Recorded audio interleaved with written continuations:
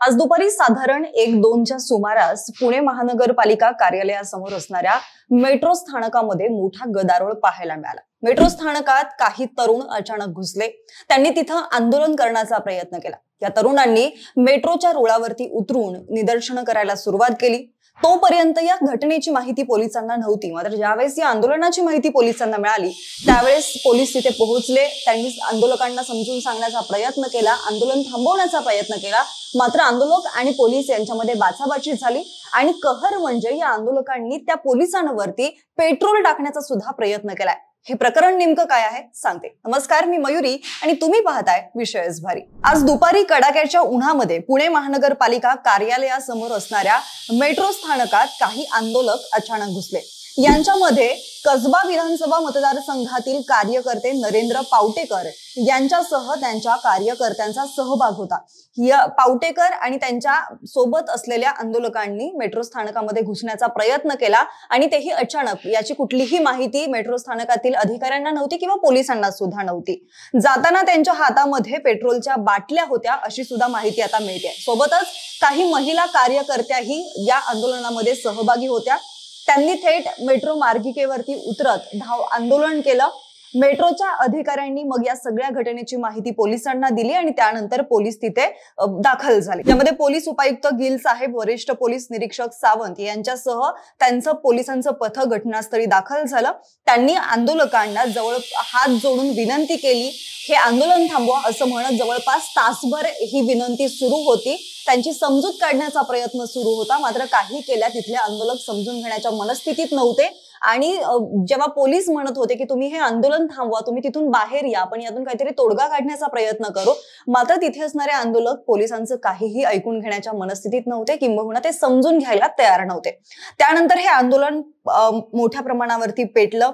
आंदोलक ऐकण्याच्या तयारीत नव्हते। एवढ्यात पावटेकर, जे कसबा मतदारसंघातील कार्यकर्ते होते शरदचंद्र पवार यांच्या पक्षाचे, ते पावटेकर आणि त्यांच्यासोबत एक तरुण मार्गिकेवरच्या कठड्यावरती चढला आणि तिथून ते कधीही तोल जाऊन खाली पडू शकले असते, मात्र असं झालं नाही। पोलिसांनी मध्यस्थी केली आणि ते प्रकरण तिथंच थांबलं। पोलीस उपायुक्त गिल यांनी त्यांना समजून सांगण्याचा प्रयत्न केला असता त्यांना देखील तिथे शिवीगाळ करण्यात आली। त्यामुळे संतप्त झालेल्या पोलिसांनी शरदचंद्र पवार पक्षाचे जे नेते आहेत प्रशांत जगताप यांना फोन लावला आणि त्यांना या सगळ्या प्रकरणाची माहिती दिली की तुमच्या पक्षाचे काही कार्यकर्ते मेट्रो स्थानकामध्ये घुसलेले आहेत आणि ते आंदोलन करण्याच्या तयारीत आहेत। ते पेट्रोल टाकण्या इतपत त्या आंदोलकांची मजल गेलेली आहे। मात्र प्रशांत जगताप यांनी पोलिसांना सांगितलं की आम्हाला या आंदोलनाची कल्पनाच नाहीये, पक्षाच्या कार्यकर्त्यांनी नेत्यांना विश्वासात घेऊन हे आंदोलन केलं नसल्याचं त्यांनी तिथल्या पोलीस उपायुक्तांना सांगितलं।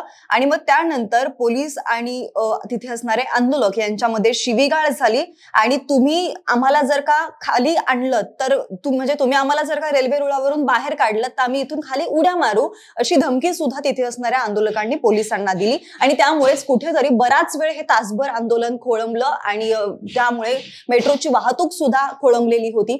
आज रविवार असल्याने बरेच पुणेकर हे प्रवासासाठी बाहेर पडतात आणि त्यामुळे कुठेतरी हे आंदोलन होत असताना त्या सगळ्या प्रवाशांना जवळपास 1 तास एकाच ठिकाणी थांबावं लागलेलं होतं। आता ज्यावेळेस हे आंदोलन सुरू होतं त्यावेळेस ही सगळी परिस्थिती हाताबाहेर जात असताना पुन्हा एकदा पोलीस आंदोलकांच्या दिशेने जाऊ लागले, त्यांना थांबवण्याचा प्रयत्न करू लागले। तेव्हा तिथे असणारे पावटेकर यांनी उपायुक्त गिल आणि वरिष्ठ पोलीस निरीक्षक सावंत यांच्या अंगावरती बाटलीतून आणलेलं पेट्रोल टाकलं। जसं मी तुम्हाला सुरुवातीला म्हटलं की ज्यावेळेस हे आंदोलक मेट्रो स्थानकामध्ये घुसलेले होते त्यावेळेस त्यांच्या हातामध्ये पेट्रोलच्या बाटल्या होत्या। थोडक्यात ते येतानाच तयारीत आले होते आणि मग ज्यावेळेस हे आंदोलन हाताबाहेर गेलं, पोलीस आणि आंदोलकांमध्ये बाचाबाची झाली, त्यावेळेस तिथे असणाऱ्या आंदोलकांनी हातातल्या बाटलीतलं पेट्रोल पोलिसांवरती टाकण्याचा प्रयत्न केला। मग गिल यांनी या सगळ्या प्रकरणानंतर पोलीस थोडेसे गडबडले आणि गिल यांनी आक्रमक पवित्रा घेत आंदोलकांची गचांडी पकडत त्यांना मेट्रो स्थानकात सहकार्यांच्या मदतीने ओढत आणलं। उद्दामपणा करणाऱ्या कार्यकर्त्यांना चांगलाच चोप देत मग नंतर हे सगळं झाल्यानंतर त्यांना गाडीत कोंबलं आणि यानंतर सगळ्यांनाच शिवाजीनगर पोलीस ठाण्यात आणण्यात आलं। आंदोलकांच्या झटापटीत पोलीस अधिकारी आणि कर्मचारी बरेच जखमी झालेले आहेत। विशेष म्हणजे या पोलिसांमध्ये असणाऱ्या एका महिला कर्मचारी सोबत सुद्धा या आंदोलकांनी गैरवर्तन केलेलं आहे अशी सुद्धा माहिती आता मिळत आहे। यानंतर सुदैवानं उन्हामुळे किंवा मेट्रोच्या ओव्हरहेड वायरमुळे ज्यावेळेस आंदोलकांनी ते पेट्रोल पोलिसांवरती टाकलं त्यावेळेस पोलिसांच्या अंगावरील पेट्रोलने पेट घेतला नाही। जर पेट घेतला असता तर मोठा अनर्थ घडला असता, मात्र सुदैवाने हा अनर्थ घडला नाही।